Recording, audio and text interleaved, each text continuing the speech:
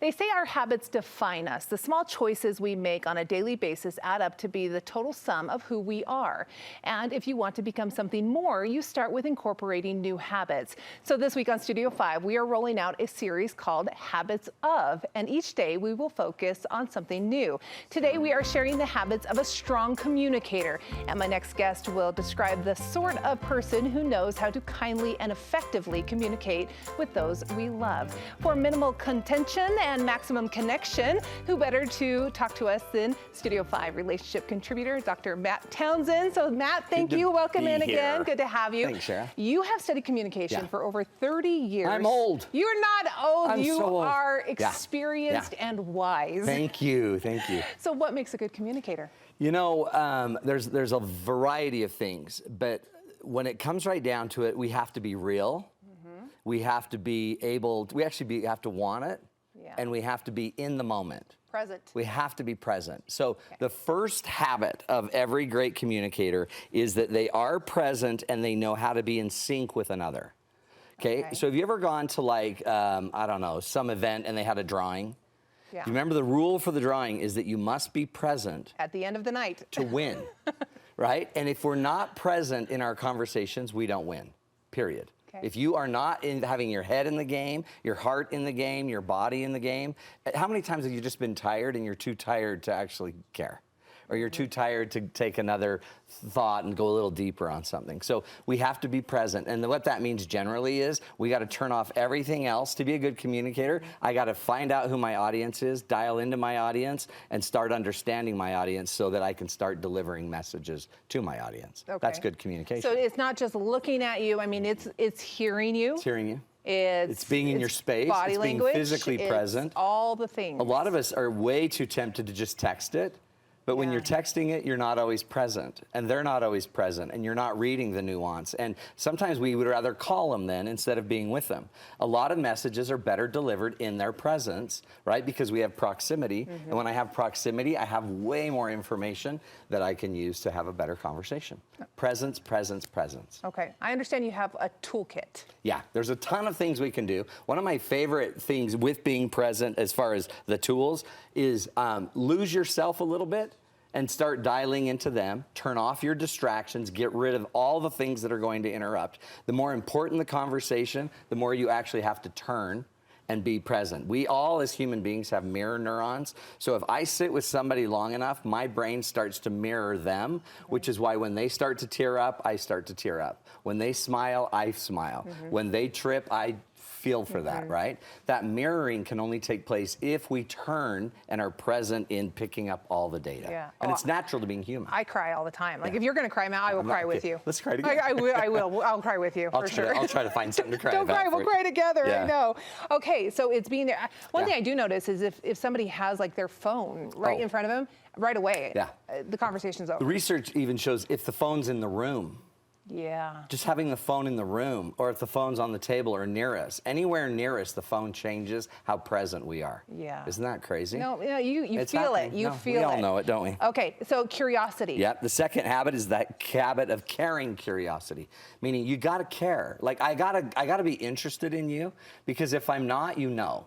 Okay. And if you really want to get somebody to give you more and more information, then just start taking the stance of curiosity. For anybody out there that's afraid of like a public setting, I don't know what to say when I go on the date, I don't know what to say in these situations, one rule, just get curious. Start learning about them, and whatever they say, don't just take it at face value. Go 2 steps deeper, lean in a little bit more, and try to even find out more what they meant by that. So you might have to ask questions. Yeah, that's right. Questions are a powerful way.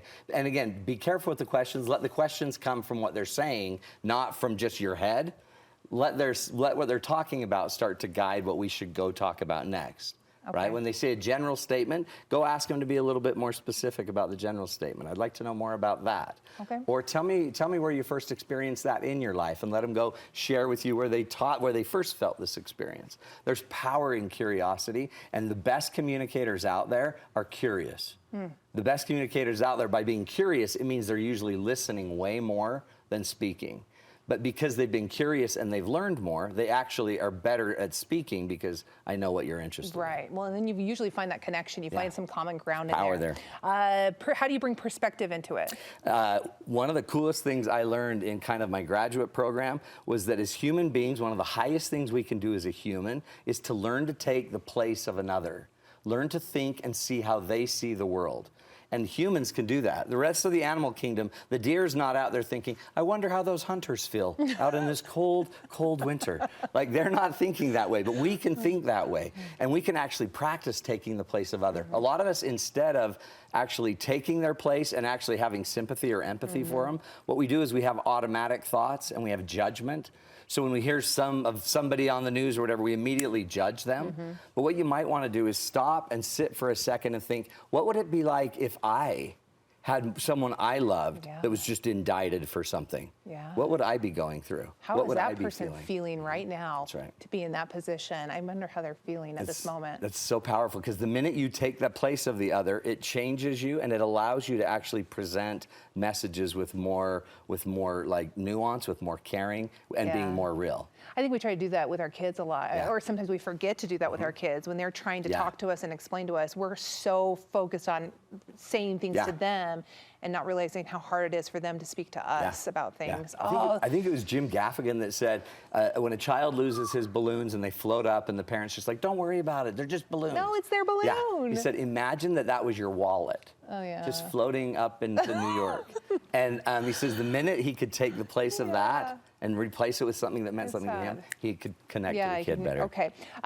This last one I like here too is they say what they mean and they mean what they say. So don't say something if you don't mean it. Don't mean it. Don't use bravado. Don't use bluffs. Don't use exaggeration.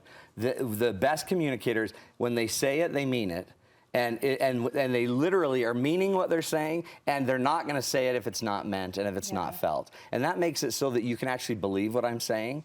What also means is that sometimes we're afraid to do that, right? We're scared to actually say the thing.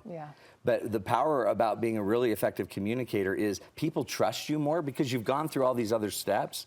They actually, and you care. So when you finally do talk, you'll notice the people that don't just talk all the time are the ones we listen to the most.